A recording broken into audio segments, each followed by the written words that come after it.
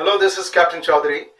Today I'm going to speak about the origin of the very important rules, say for example, Hague Rules, Hague Visby Rules and Hamburg Rules. If we go back to the history, we find that the contract in respect of carriage of goods earlier, they were based on common law. So the parties to the contract, they were covered by the bills of lading, and bills of lading had many clauses. The shipowner had tendency to incorporate more and more exclusion clauses in the bills of lading. The object of Hague Rules basically was to protect the cargo owners from the tendency of the shipowner to incorporate more and more exclusion clauses into the bills of lading. So this was achieved by incorporating the standard clauses in the bills of lading. This had two more advantages. One, what is the risk which the shipowner must take was clearly defined. Second one, what is the maximum advantage the shipowner can take in terms of limitation of liability and incorporation of exclusion clauses in the bills of lading. It is not that the Hague Rules 1924 were the first one of its kind. Earlier to these Hague Rules, there was this Charter Act 1893 of USA. Then there was this Australian Sea Carriage of Goods Act 1904 and then Canadian Carriage of Goods by Water Act 1910. At the International Conference on Maritime Law, ICML, which was held at Brussels in 1922, the draft convention impressed the delegates and they promised that they will convince their government, they will recommend their government to adopt the provisions of this draft convention. The effect was in 1924, Hague Rules came into being. There was this UK Carriage of Goods by Sea Act 1924. Then in 1925 there was Carriage of Goods by Sea Act in India. This was also adopted by USA with some modification, and that became the US Carriage of Goods by Sea Act 1936. In 1963, after the study by Comité Maritime International at Visbey, the Swedish Island Protocol was adopted. This protocol was to 1924 convention in respect of unification of certain rules in respect of bills of lading. Later on, this draft protocol was considered at Brussels Diplomatic Conference on Maritime Law in 1967 as well as 1968. Carriage of Goods by Sea Act UK 1971 gave effect to this protocol. A report regarding Hague or Hague Visby Rule was created by Secretariat of UNCTAD, that is United Nations Conference on Trade and Development. Now this report was studied, analyzed and later on culminated in 1978 at Hamburg in the form of United Nations Conference on Carriage of Goods by Sea Act. The Hamburg Rules came into force on 1st November 1992. The Hamburg Rules in effect were proposed by the nations who thought that the Hague or Hague Visby Rules were biased. They were biased towards the shipowner, they were biased towards the carrier. They thought that these rules were out of date, out of touch of technology, and they generally favored the powerful ship-owning nations. There were several changes which were made in Hague Visby Rule under Hague Visby Convention as compared to the Hague. Let us look at some of them. Where Hague Rules stated that the bills of lading is prima facie evidence of the receipt of goods. Right? Prima facie means on the face of it. Prima facie means what is understood by the first impression. Prima facie. And prima facie evidence means what appears in the first impression will be considered as fact unless it is very strongly proved that that is not the truth. So prima facie evidence of receipt of goods. Hague Visby Rules also stated the same thing, but they went one step ahead and they said that the proof to the contrary is not admissible. That means the proof to the contrary is not admissible in the court of law. What does it mean? It means that after having issued the bills of lading, master cannot say that actually the cargo is not loaded on board. Because bills of lading is not supposed to have any information that is misleading. So you cannot say that the bills of lading might state that, but the cargo or part of the consignment is not loaded. So it means that if the bills of lading is there in the hands of a third party who is an innocent buyer who has purchased the things in good faith, right? He has the bills of lading. Say for example, a receiver to which the cargo is sold. Now you cannot tell him that the cargo is not actually loaded on board. So that is the meaning, that if there is a purchaser who has purchased the cargo in good faith, he cannot be told that the cargo was actually not loaded. And proof to the contrary means anything which is other than what appears on the face of it, that is prima facie, is not admissible in the court of law. Regarding the period of instituting the suit for indemnity, now this period can be extended beyond 1 year. 1 year was the period allowed in Hague Rules, but under Hague Visby Rules, this period could be extended for more than 1 year if the parties concerned, they agree. Right, subject to the 6 BIS, paragraph 6 BIS. BIS means inclusion of a new clause in law. For example, there are existing rules 1, 2, 3, 4, 5, 6. Inclusion of 6 BIS would mean that inclusion of a clause in between without affecting the color or character of other part of the text. When there is this action in indemnity, what is the meaning of action in indemnity? Suppose whoever may be the carrier, whether it is a charter or the ship owner, whoever is the carrier, the person who is receiving the cargo, in case of damage, he is going to sue the carrier. Say for example, you have this charter or the third party, you have this carrier who has carried the cargo, and here is the receiver. Now if there is any damage, he is going to sue this, and when he sues the carrier, he is going to pay him, he is going to compensate. But now he has been indemnified, say for example, by charter, and he wants to cause an action, he wants to sue the charter in respect of indemnity.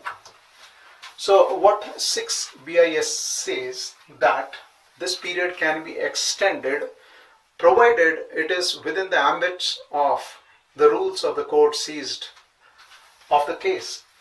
Court seized of the case, what is the meaning of it? The courts have got their jurisdiction, and courts have certain ways of working. So within the jurisdiction, as the court interprets the law and the way court works on a particular section of the law, now that has to agree, and as per those laws, this period can be extended, but if the extension is caused, it cannot be less than 3 months. It cannot be less than 3 months from the time that the cause of action has arisen, which means that when, say for example, carrier has been notified, after the time that the carrier has settled the dues, minimum 3 months should be permitted. Under the Hague Rules, the liability for the carrier, the limitation of liability for the carrier was £100 per packet. This was subsequently changed in Article 4, paragraph 5A, where it said that the limitation of liability would be 10,000 francs per package or 30 francs per kg, whichever is more. Right? Subsequently, there was this SDR protocol. As per SDR protocol, the figure was changed to 666.66 SDR per package or 2 kg per package, whichever is more. Apart from this, following subparagraphs were added to Article 4, paragraph 5. The maximum amount recoverable will be decided by the value of the cargo at the place and at the time of discharge, or scheduled discharge as per the contract. The value of the goods will be fixed by commodity exchange rate, or the market price of the goods, or the value of the goods which are equivalent in quality. Now, where number of packages which are consolidated into container, a pallet or article of transport, when it is stated in the bills of lading, then to find out the liability amount, we will consider those packages which are stated in the bills of lading. Whereas if in the bills of lading it is not stated, the container or the pallet has been consolidated with so many packages, then in case of damage, it will be considered as one package. The unit of account that is stated in Hague Visby Rule is Special Drawing Rights, SDR, as defined in International Monetary Fund. right?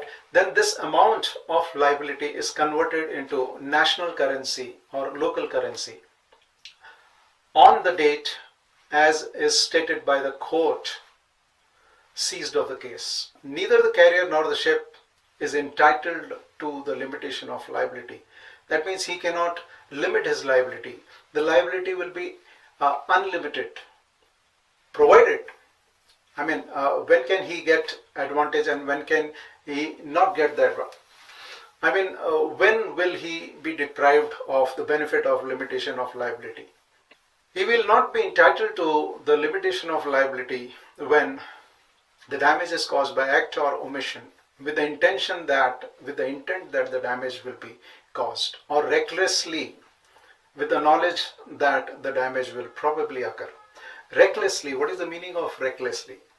Recklessly in the law of crime or law of torts means with a wrongful mind, with a mind with the guilt, mind with wrongful intentions, ulterior motives. He does certain things and he knows that there is a lot of risk. He knows that there can be a lot of damage. So if he continues to do that, he will lose the right to limit his liability. Now in Hague Visby Rule, Article 4 bis was also introduced. It says that the defenses or a limitation, the right to limit the liability still holds good, still will be in place even if it was founded in tort or contract, which means that even if the initial action was because of breach of contract or because of tort. What is tort? What is the difference between contract and tort? Contract and tort in law are normally associated with each other and they are considered opposite to each other. Say for example, contract is stipulations which are written or implied between the two parties, where the two parties, in case of breach of any of the clause, they get chance, they can sue the other party. So contract, the responsibilities are decided by written clauses or implied warranties, whereas tort is a law of wrong. Tort means wrong. Tort means actually civil wrong. Say for example, trespass. Trespass means it does not talk about the intention, what is there in your mind, whereas law of crime talks about the intention, mens rea as they say. Mens rea is the term in Latin which means that guilty mind or faulty mind. So that is what is required in law of crime. What you have done does not make a difference. You have done good, but your intentions were wrong. That is law of crime. Whereas tort means civil wrong. Even if you have good intentions, but you caused a trespass. Say for example, you entered a neighbor's house to prevent fire. You broke open his door, but the neighbor can sue you for trespassing. So that is law of tort. So whether the initial action is because of breach of contract or because of tort, like you still have your defenses.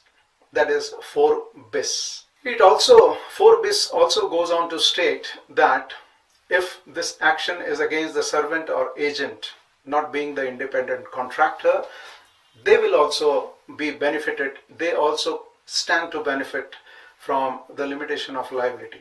Now, what is this servant? What is this agent? Agent in the legal system is opposite to the principal. Principal, agent. Sometimes the agent has been entrusted with some powers, and sometimes, for the faults of agent, the master is responsible. So this is in law called vicarious liability.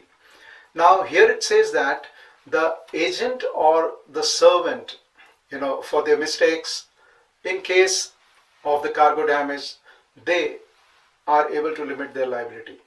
Same like the carrier. The aggregate amount that can be recovered can never be more than the liability amount which is limited. Now once again, the agent or the servant will not be able to exercise his right about limiting the liability if the damage is caused by act or omission of the agent, caused with the intent to cause the damage, or recklessly with the knowledge that damage will probably occur. The Hague Visby Rules will not affect the provisions of any international convention or national law in respect of nuclear damage. Now, the most important difference between the Hague Rules and Hague Visby Rules was in respect of application. Hague Rules applied in the situation where the bills of lading was issued in the party state. Hague Visby Rules applied to every bills of lading in respect of the contract of carriage for the carriage of cargo between two states, provided number one, the bills of lading was issued in the party state. Number two, the carriage was from a party state. And number three, the contract of carriage contained in the bills of lading or evidenced by the bills of lading had the provision that these rules will apply, this convention will apply, or the national legislation which is giving effect to these regulations will govern the contract. Hague Visby rules apply to the contract of carriage covered by the bills of lading or similar document of title, or the bills of lading or similar document of title which are issued pursuant to a charter party from the time that such bills of lading regulates the terms between, regulates the relationship between the carrier and the holder of the bills of lading. Negotiable document is like your currency note. Negotiable document means that if you have the document, then you are richer by the value which is stipulated by that document. So it seems Hague Visby rules apply only to negotiable bills of lading. Now, what happens to the way bills or other non-negotiable receipts? So it seems that Hague Visby rules also apply to the way bills or non-negotiable receipt subject to the provisions in Article 6. So Article 6 says that these way bills or non-negotiable receipt, right? The Hague Visby rules can apply to them, provided they are issued in the ordinary ordinary course of trade with ordinary agreement. But if they are issued under extraordinary or special agreement in non-standard trade, not ordinary trade, then the Hague Visby rules do not apply. This means that the Hague Visby rules will not apply in following situations. Number one, if the live animals are carried. Number two, if the deck cargo is carried and it is stated in the document such as the contract of carriage that or bills of lading that the cargo is being carried on the deck. Number three, it does not apply to the charter parties unless there is a bills of lading which is issued on charter party and it says that it governs the relationship between the carrier and holder of the bills of lading. It also does not apply to the way bills or non-negotiable receipt which are issued under a special agreement or extraordinary agreement in a non-standard trade. Now, when we say that Hague Visby rules apply to the contract of carriage which are covered by bills of lading, what do you mean by covered by bills of lading? In a case of Pyrene Company versus India Steam Navigation Company, the word covered was analyzed. The judge said that covered does not mean that the bills of lading should be issued right in the inception, as long as there is intention to issue bills of lading. For example, if you have a contract of carriage and it appears from the contract that there are intentions of bills of lading being issued, then we should say that the contract of carriage is covered by bills of lading. We can't say that the bills of lading were issued a little later compared to the inception of or formation of contract of carriage. So during that period, the bills of lading were not covering the contract of carriage, so Hague Visby rules will not apply. It was interpreted, the term was clarified, that as long as there are intentions. So what we have to find out is from the contract of carriage is that is there any intention to issue bills of lading? As long as there are intentions to issue bills of lading, the Hague Visby rules can apply. Having understood that the Hague Visby rules do not apply to the goods which are carried on deck and in the contract they are stated as being carried on deck, a master should be very careful when the deck cargo is carried. He must very clearly understand whether the Hague Visby rules will apply or not. Naturally, there are more chances that the Hague Visby rules, or in fact there are absolute chances that Hague Visby rules will not apply for the deck cargo. So what happens in respect of damage? What happens in respect of liability or limitation of liability? So master should positively make a stipulation with the shipper in respect of such cargo. The shipper might give you indemnity stating that the owner or the carrier will not be responsible, whatever is the damage, whatever is the cause. But the master must understand that number one, a cargo that is carried on deck must be declared as deck cargo. That is one very important suggestion for the master. He cannot misstate in the bills of lading. In fact, in any aspect of the business and law, he should not make a wrong statement to start with. He will be considered wrong if he has made a wrong statement. So he cannot take the shelter of a wrong statement in future anywhere. Now, the cargo is carried on the deck, right? Shipper has given a guarantee that the owner shall not be responsible. That means, number one, the Hague Visby rules are not applied.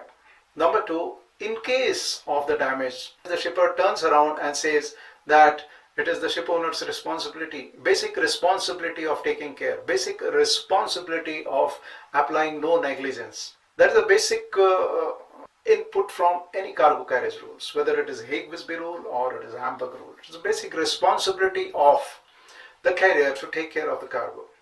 And also the second point is seaworthiness. If the cargo is damaged, probably it can be attributed to the seaworthiness. Now, here is a situation where the cargo is carried on deck. We will try to understand some case laws, but before we do these case laws, let me tell you the party who's affected and who sues the other party initially is called plaintiff, and the other party to which the claim is made is called respondent or defendant. Now, in this particular interesting case, the contract was made to carry deck cargo from Suva to Lavasa. Now, in this particular voyage, what happened is, because of the bad weather or whatever may be the cause, the ship got damaged and the cargo was lost. Now, the exclusion clause means something which is excluding your responsibility or isolating you from the rest of the contract. Now, this exclusion clause was like ship owner or the carrier or the master is not responsible for the damage to the cargo, howsoever it is caused. So now, looking at this clause, looking at this stipulation, the ship owner tends to become comfortable in carrying the deck cargo. But there was this clause number 26 in that bills of lading which stated that whatever is the damage to the cargo, the owners will be responsible. Owners will be responsible for the cargo damage. Plus, in the bills of lading, there was another stipulation. It stated that the Hague Visby rules applied. Now, this was contradictory. Now, Hague Visby rules will apply. Now, Hague Visby rules says if deck cargo which is declared as deck cargo, no applications. Now, in this particular case, the bills of lading, it stated two things, in fact three things. One is the shippers will be responsible for damage, and in the same bills of lading, clause 26 stated that the owners will be responsible. So there is a contradiction between these two clauses. This was exclusion clause, which said that the receivers, here you had exclusion clause stating that the carrier will not be responsible, the shipper will be responsible. Here was another clause which stated that the owner will be responsible, and there was this third clause which says that Hague-Visby rules will apply. So this particular bills of lading had a lot of contradictions. Lot of contradictions in the sense, like here you are saying that the carrier is not responsible, and here you are putting an absolute responsibility on the carrier in respect of responsibility about the damage. Now here you say that Hague-Visby rules will apply, but my question is, how will the Hague-Visby rule apply? So the plaintiff, that is the shipper, he said that the ship owner did not do his basic responsibility. He was bound to have no negligence. He was bound to provide seaworthiness, and looks like this damage can be attributed to the negligence basically of the ship owner. The ship owner has got basic responsibility of carrying, stowing, and discharging the cargo. He did not discharge. He did not do his fundamental responsibility under any cargo carriage rules, and therefore he held the defendant, that is the carrier, responsible. Now carrier said that there was this exclusion clause under which he had no responsibility. Exclusion clause means he was excluded from any liability towards the damage. It was clearly stated. When a court was given this case, he said, yes, okay, the bills of lading says that cargo rules will apply. But when the bills of lading says that cargo rules will apply, and in case the cargo rules applied, then your clause number 26 is null and void. Clause number 26 puts absolute responsibility on the carrier. He says these are contradictory, because under the relevant section of Hague-Visby rules, you cannot say that it is absolute responsibility of the carrier in respect of the cargo. So they were clashing. Then the court said that because the cargo was carried on deck and it was declared as being carried on deck, right, the Hague-Visby rules do not apply. And if Hague-Visby rules do not apply, why do you have that stipulation that Hague-Visby rules will apply? The shipper further appealed, because this court put the plaintiff down. So plaintiff, what he did is he appealed in the higher court. Now what happens is, when you are not satisfied with a particular court decision, any party can appeal in the higher court. Appealing is basically not for finding out or analyzing the facts of the case. It is for analyzing the question of law. What does question of law say in this particular case? So in the higher court also, the plaintiff did not get any favorable results. While the plaintiff said that the area of exclusion clause was not wide enough to encompass negligence. No negligence is the basic requirement which the carrier should fulfill.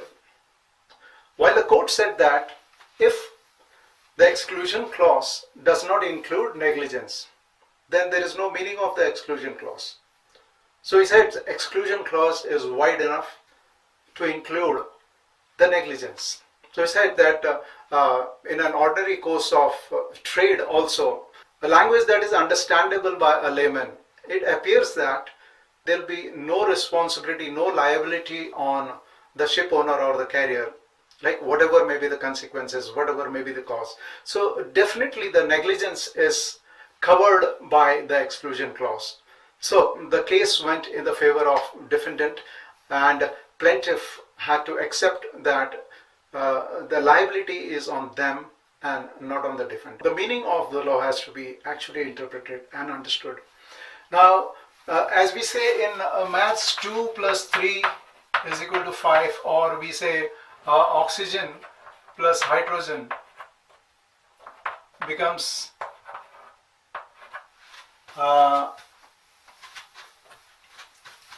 water. So the rule was treated like this. Now, what does the Hague-Visby rule say? The cargo, if it is carried on deck and it is declared as deck cargo, then the Hague-Visby rules do not apply.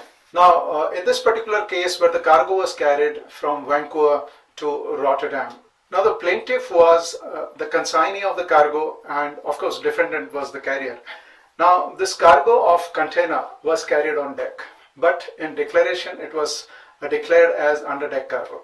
So there was the fault of the carrier where he did misrepresentation. Misrepresentation is not an acceptable norm, which some of the mariners might feel that it's a normal practice. And what happens is the mariner, he feels that it is a normal practice, and for the shore people it is an everyday job. So if the master is not careful, he'll be trapped. So he declared the cargo as underdeck cargo. Now when the container was lost, the plaintiff wanted to have the cost of cargo that he had lost to be recovered from the carrier. Now the carrier was understanding his mistake, but he wanted to analyze the question of law, as they say, whether the Hague-Visby rules applied or did not. So in this particular interesting case, what the court said is the cargo should be carried on deck and it should be declared as the cargo being carried on deck. Then the Hague-Visby rules will not apply. So in case you don't want to apply the Hague-Visby rules, both the conditions should be satisfied. So he said that the cargo was carried on deck, but the declaration was the cargo was carried under deck. So he said, because both the conditions do not meet, the Hague-Visby rules will apply. And he said that the carrier will have to pay only the limited liability. Carrier is responsible only for the limited liability. He doesn't have to pay for the entire cost of cargo. The cost of cargo must have been much more, but the carrier had to pay only the limited liability, that is 666.66 SDR per package or 2 SDR per kg, whichever is more. Now here is a very important case. This is a 2019 case. The case was decided by an English court. Now, as you know, there have been differences. For example, the courts in Canada and Singapore, they were following a particular school of thought, and the English court believed in slightly different. Now, this was a case where production equipment were carried on the deck, and during the bad weather, what happened is these equipment were damaged, they were lost overboard. Now there was a stipulation in the bills of lading that the cargo is carried on deck at shippers, receivers, or owner of the cargo's risk. Like the liability on the ship owner, carrier, or master was not there. So it very clearly stated that the cargo is carried on deck at the cargo owner's risk, whatever may be the cause. Now what happened is, when the cargo was damaged, the plaintiff, which is the cargo owner, once again he said the similar thing, that the ship owner did not comply with the basic responsibility in respect of not having any negligence and maintaining the ship seaworthy. Here, first of all, if it is carried on the deck, the Hague-Visby rules in any case should not apply. Now, as I said, seaworthiness is more applicable when Hague-Visby rules are applied. Now, for this deck cargo, Hague-Visby rules do not apply. So, express stipulation, that is exclusion clause, carries a lot of weight. So, the English court, they said that the exclusion clause, which even if it is to be understood by a layman, forget about the legal people, even if it is to be understood by a layman, it clearly keeps the carrier away from the liability. Now talking about the negligence, talking about the seaworthiness, yes, I would, from my side, I feel that if the cargo was carried inside the hold and if the hatch covers were leaking and the Hague-Visby rules apply, definitely it would be the mistake of the carrier. But here in this case, this was the deck cargo, and they said that whether it is negligence or seaworthiness, looking at the clause, it feels that there should be no liability on the carrier or the ship owner.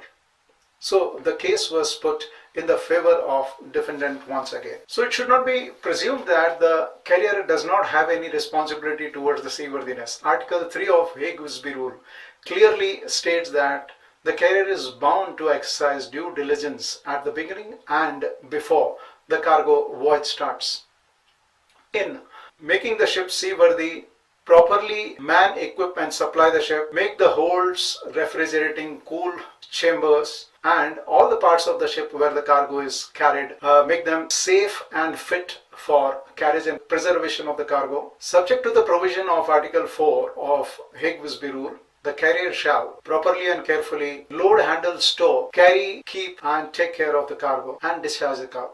In an interesting case of Riverstone Meat Company Limited versus Lancashire Company, what happened is the ship owner employed a reputed firm. It was a renowned firm for doing the repairs. They carried out the repairs, but probably the repairs were not supervised, not monitored, not checked. And because of the bad repairs, what happened is the cargo got damaged. Now, when the cargo got damaged, the case went to the court, and it seems they said that they applied due diligence to make the ship seaworthy. But then the court said that you should not apply due diligence in selecting the best firm. Your due diligence should be to make sure that the repairs are done correctly. So the case went against the ship. If you see, Hague Visby Rules allows you a lot of immunities as the ship owner. Perils of sea is one of them. But what is the extension of this immunity? Perils of sea. When you carry steel cargo, like in one particular case, the rolled steel coils were carried, of course, inside the hold, and they were partly rusted, as was declared at the time of loading. What was the precise condition was actually not stipulated in the bills of lading also. It is very important that when a steel cargo is carried, you have the precise stipulation in respect of rusting. For example, you have to be very specific in respect of the location, number of pipes, and categorize them, like 20% pipes, they are oxidized by 5% toward the edge, etc., location, etc., so that when the cargo is discharged at the discharge port in front of the surveyor, or when there is a joint survey, they can precisely identify the cargo. Otherwise, what happens is, because you did not apply the proper ventilation, probably it may be assumed that there was artificial rain inside the hold, there was dew inside the hold, and that exaggerated the rustification or oxidation. So it is very important to take the views of P&I correspondent at the load port. It would be worth his efforts that you give the precise remarks on the mate's receipt and bills of lading, so that you do not unnecessarily get the claims. But here, the thing is, perils of sea definitely included the bad weather. But the perils of sea do not cover you from your responsibility of providing a seaworthy ship.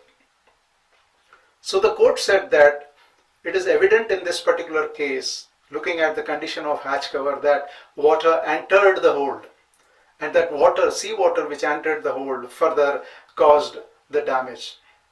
So the defendant was held responsible for causing, without giving them protection of perils of sea, they were held responsible for the damage that happened to the steel coils. The input in the bills of lading comes from, number one, mate's receipt, and number two, the information that is supplied by the shipper. Now it seems shipper has got an absolute responsibility to provide certain information.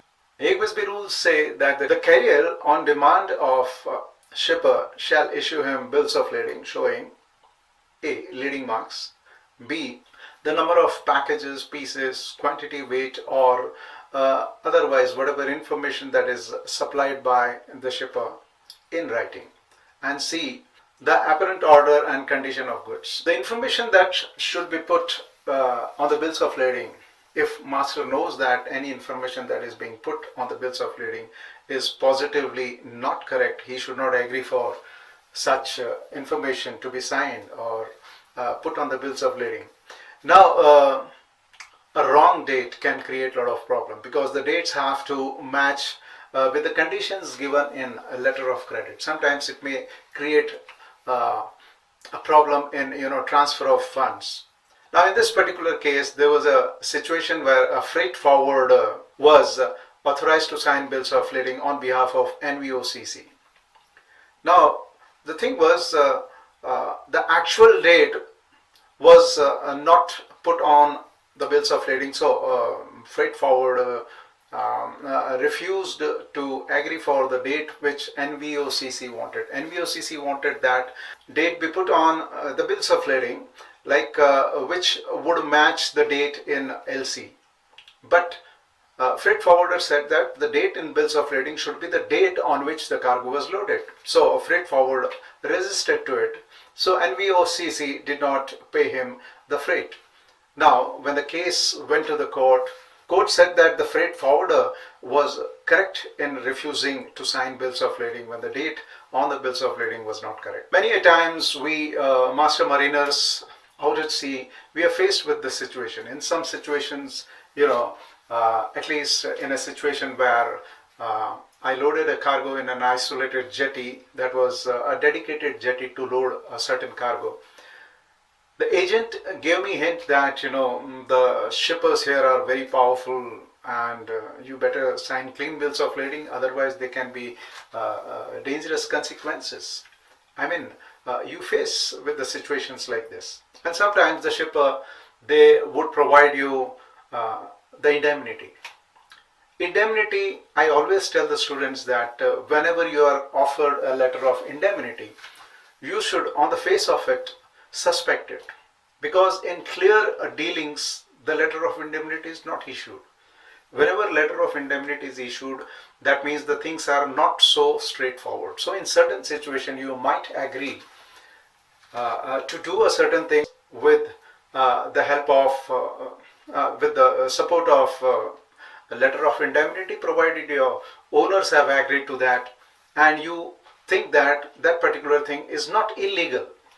But where you knowingly put a wrong statement in the bills of lading in respect of, say, condition of cargo, like if the cargo is damaged and charterers or the shipper, they want you to issue clean bills of lading. You issue clean bills of lading on the support of a letter of indemnity. That's not correct. It is not favored by the court. Even if the letter of indemnity was genuine, issued by first class bank or a reputed firm, but the court said that such letter of indemnity will not work and the carrier cannot refuse the liability in such cases. For example, Brown Jenkinson versus Percy Dalton.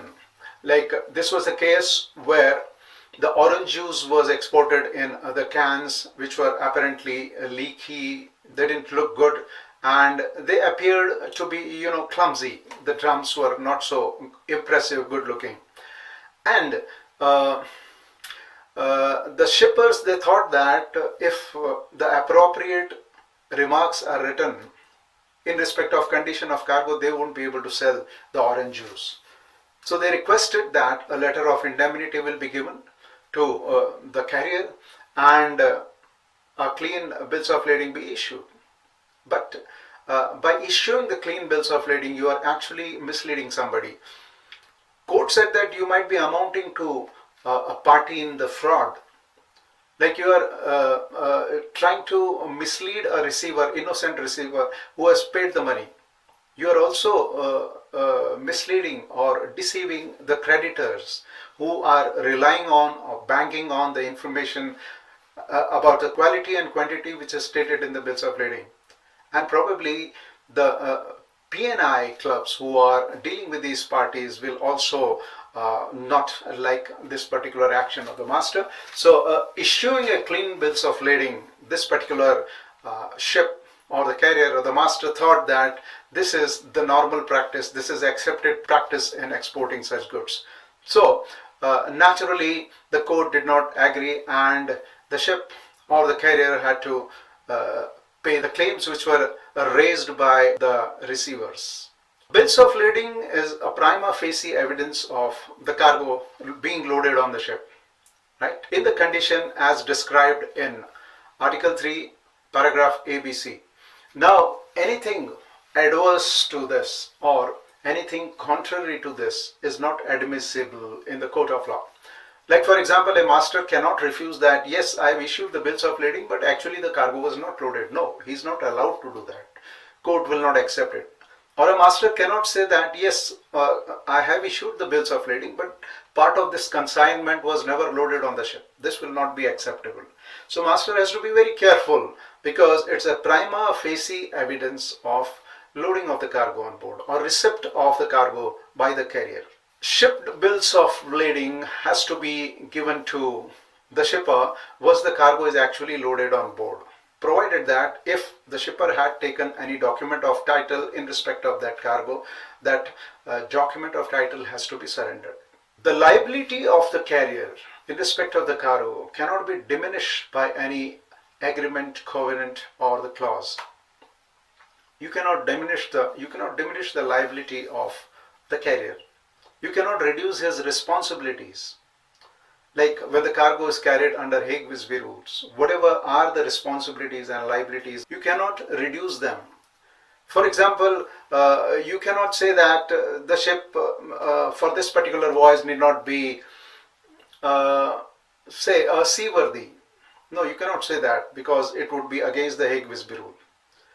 And you cannot say that the limitation of liability for the damage to the cargo for this particular cargo will not be 666.66 SDR per package. Let it be a 400. You cannot do that.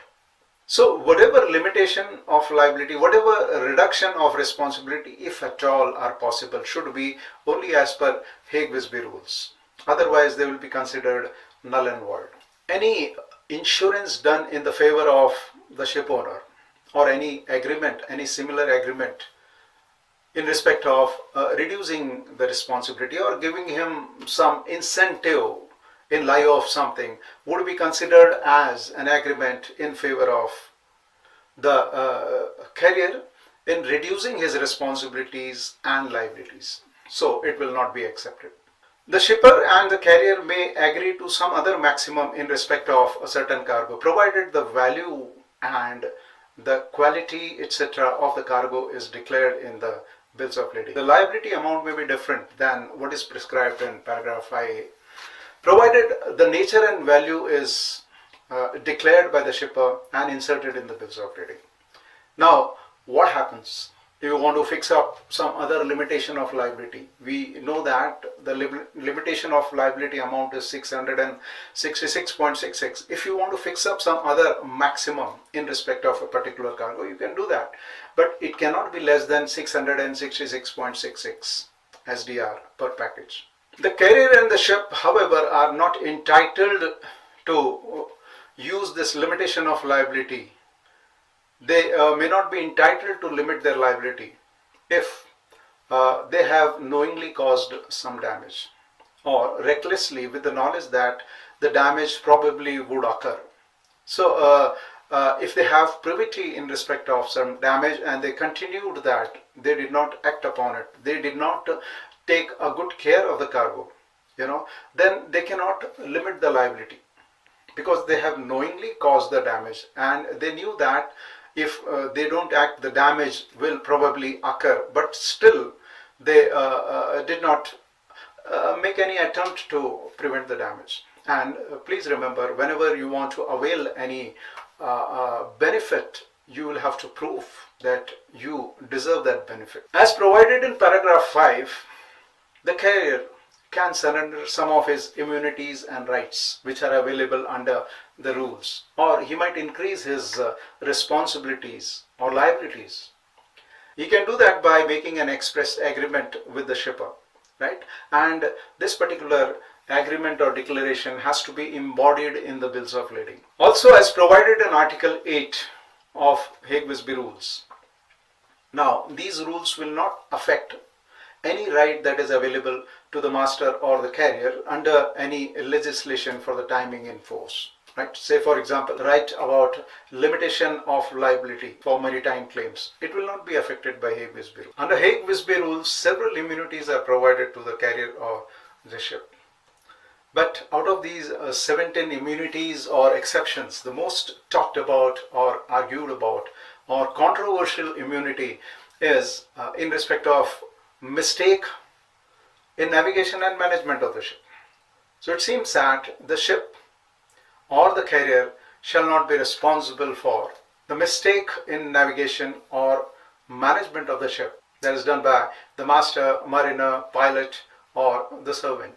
This means that if master takes a wrong decision in respect of passing through a channel or alternate channel, and in the bargain because of the mistake or mistaken decision taken by the master, right, the ship gets damaged. The damage to the cargo, the losses consequent to the damage to the cargo, the ship and carrier are not responsible for that, right? Then there are several immunities in respect of cargo which could be considered on account of the shipper. The carrier or the ship is not responsible for the damages arising or resulting from. So they have used the word arising and resulting from. Arising means there's a kind of direct damage because of such mistakes, such acts or omissions. And resulting from could mean the damage that is resulted to the cargo or subsequent losses which might happen on this account. So it says that arising or resulting from the act or omission of shipper, the owner of the cargo, or their servants. The damage could also be because of the inherent qualities, the inherent defects of the cargo. Say for example, when we load sulfur, there is a metal loader which might come in contact with the ship's hatch coamings. So sulfur is something which, the powdery sulfur, when it flies, it catches the fire. So in order that the sulfur does not catch fire, they might put a lot of water, a lot of fresh water. Now you might account for this water, but draft survey is done on this side and the other side to determine the quantity of cargo. Now what happens is, if there is a difference in the quantity of cargo, the ship or carrier is not responsible for that. There might be some inherent defects of the cargo. Say, for example, some cargoes are carried in refrigerators. There might be a delay in refrigerating, which is not on the account of the ship, which is because of the failure of the servant of the shipper, or there might be a hygroscopic cargo. There might be a cargo which, while loading, slight rain or inclement weather may change the properties. So for these things, as long as it is attributed to the particular defect of that, of course it is the responsibility of the ship that as soon as inclement weather is there or possibility of rain is there, you close the hatches. But assuming that the hatch closing does not take time, assuming that the ship owner has acted in time, if there is a cargo which has got inherent defect in respect of changing the properties, changing the mass, etc., the ship owner is not responsible for it. The carrier is not responsible for it. Ship owner is also not responsible for the lack of proper marking on the cargo. Suppose there is a cargo, it's a rectangular package, and it does not talk about the fragility of the cargo. It does not have appropriate signs made on it in respect of hooking or placing the cargo, and if it is loaded upside down and damage happens because of that, it would be considered as a lapse on the shipper. The proper markings are not there, or there might be lack of some other information which is required for safe loading, carriage and discharge of the cargo. The ship or the carrier is not responsible for such damages. Insufficiency of packaging. Say for example, some drums, fiber drums are placed in a bigger pallet and there's no proper packaging for the drums to remain intact or straight. Lashings which are taken on the outer packaging are intact. There is nothing wrong with that. But internally, the drums which are kept, they start leaking. So this is not the mistake on account of the ship or the carrier. The shipper is responsible for this. Or let us say there are some latent defects. For example, there is a big pallet containing say perfume bottles. Like on top of it, there is no leakage. The packing is absolutely perfect, and apparently you feel that the weight of the pallet as described seems to be okay. Inside the pallet, some carton is missing, or some carton has got a different cargo than as described.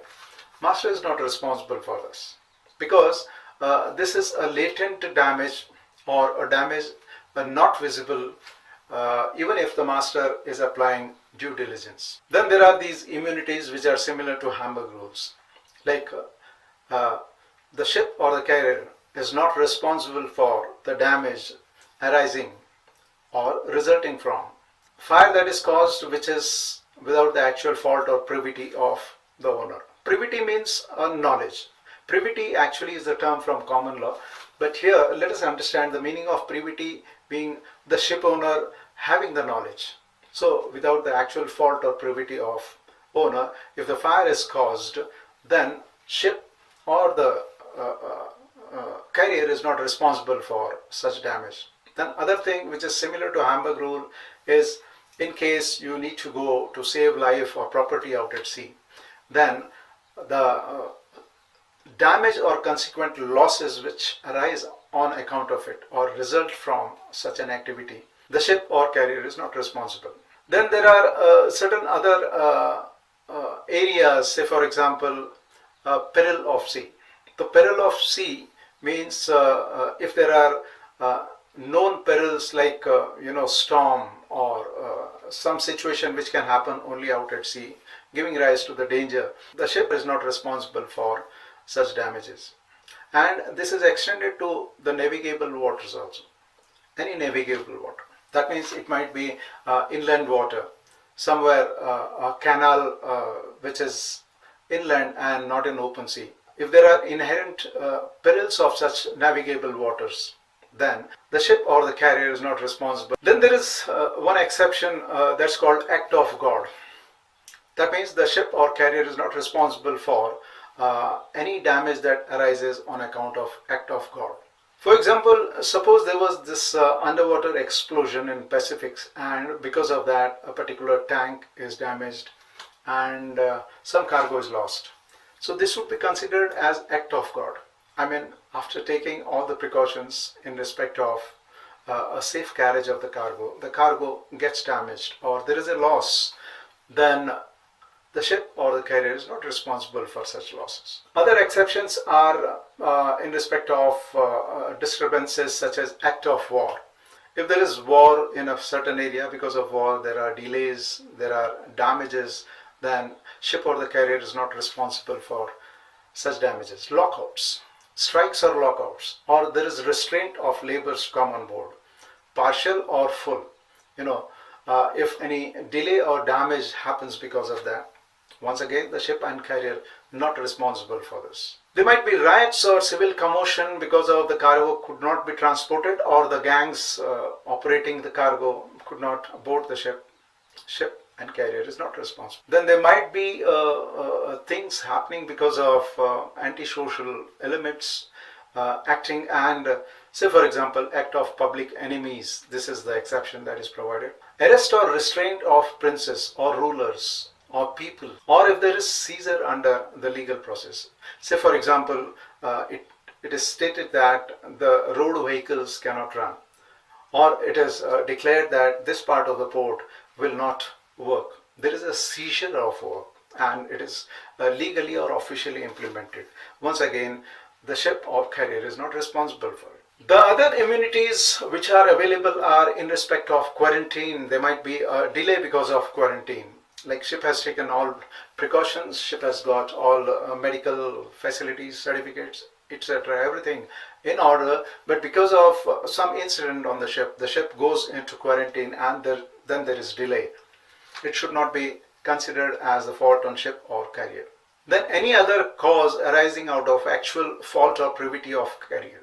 Privity, as I said, is the knowledge in respect of a certain event. Privity actually is a term from the contract law of contracts, and it comes down from the common law, or it is because of the fault or neglect of agent or servant of the carrier. But the burden of proof is on the person who's seeking a benefit from the exception. There is a very popular term in Hague Visby Rule that is called tackle to tackle.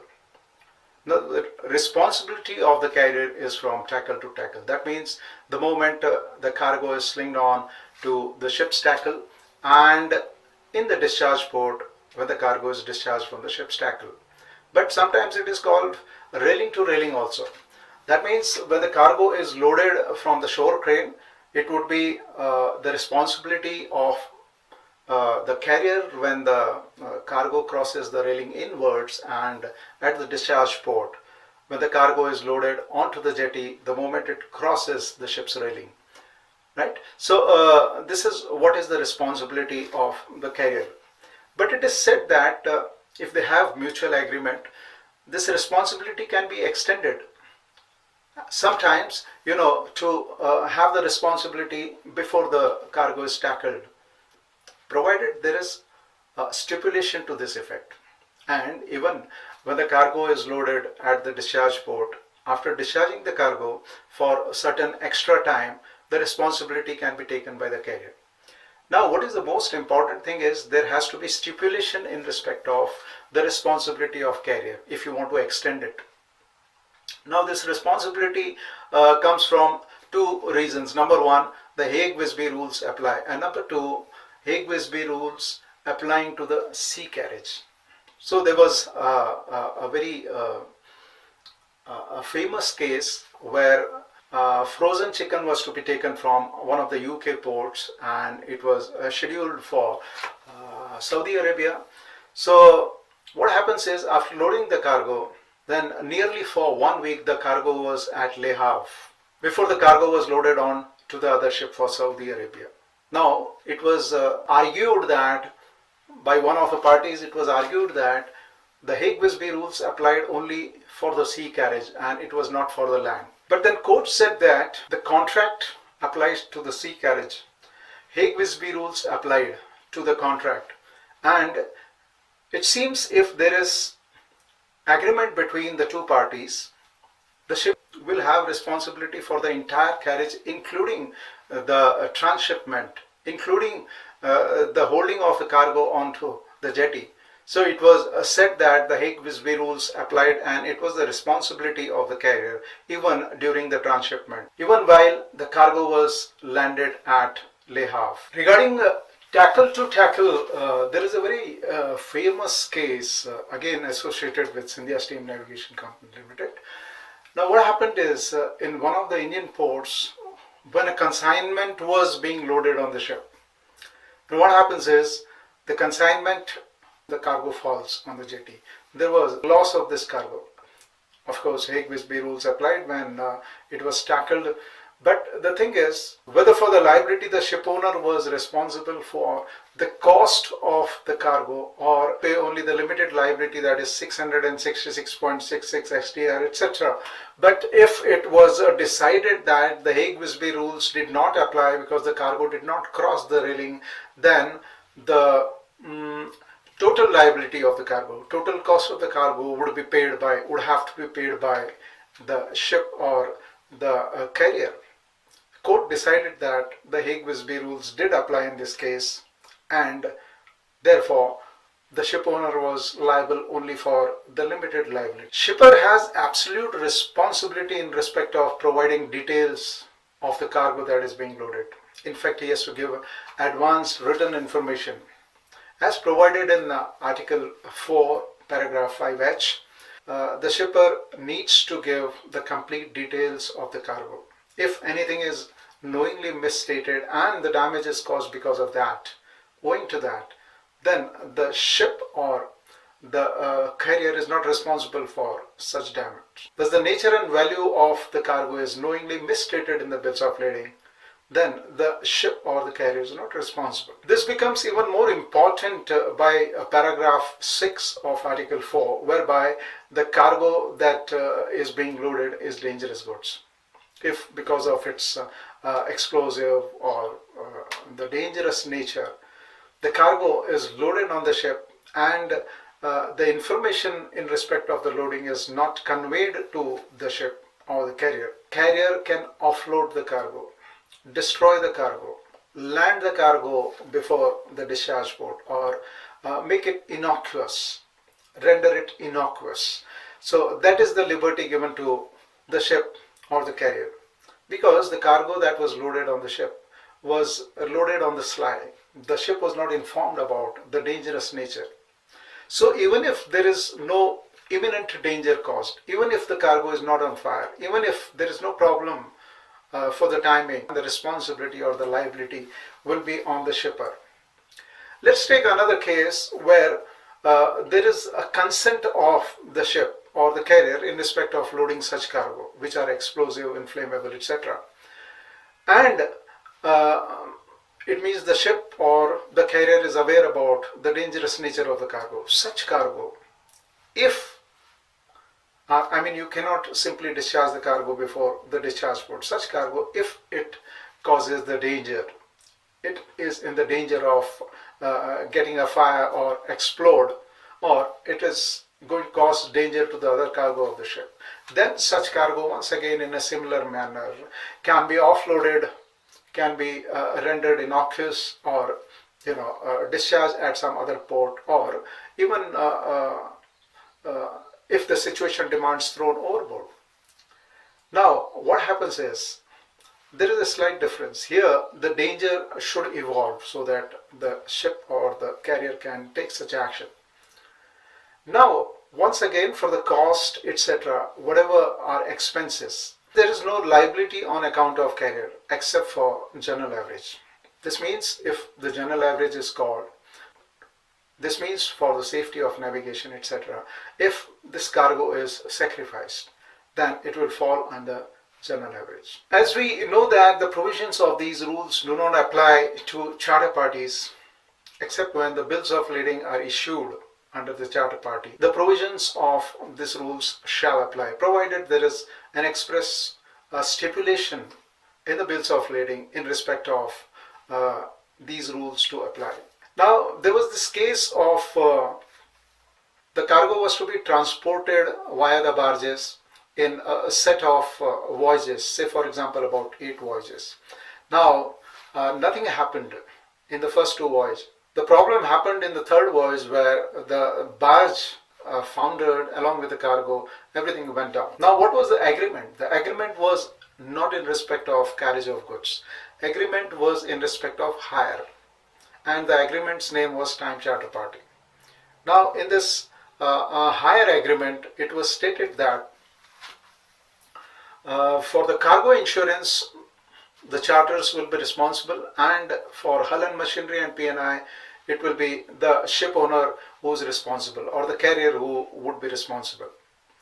Now the thing is, the cargo was carried in these barges, and there was no separate stipulation as to attract the attention of Hague Visby Rule.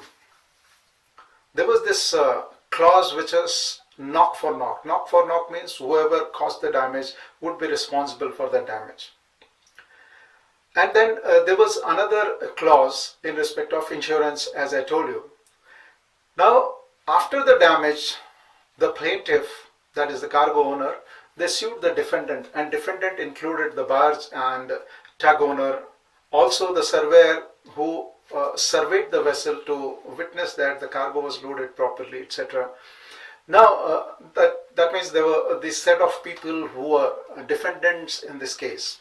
So they said that plaintiff said that the Hague Visby rules applied because this was carriage of goods by sea. The thing is whether the Hague Visby rules will apply in this particular case. Hague Visby rules actually did not apply, because in case there is a charter party which is actually a hire of the ship rather than contract in respect of carriage of goods, and there was no stipulation, express stipulation, which has to be logically and specifically made, so that a reader of the bills of lading would assume that the Hague Visby rules applied.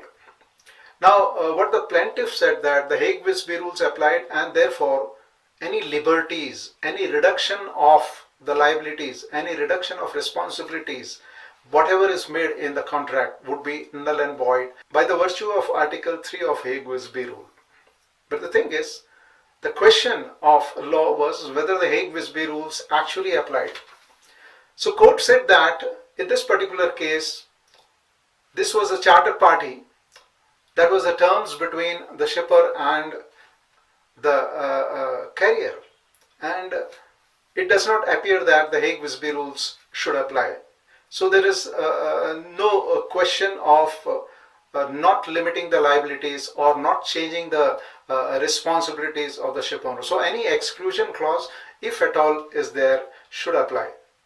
It means that the shipper and the cargo owner can have their own terms and conditions which can be agreed between them.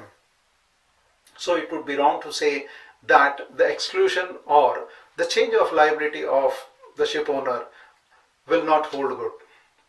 So one thing was clear, the Hague-Visby rules did not apply. So Justice Bingham, he said that the rest of it, that is knock for knock and the insurance clauses and the other things, for that it will depend on the question of facts rather than question of law.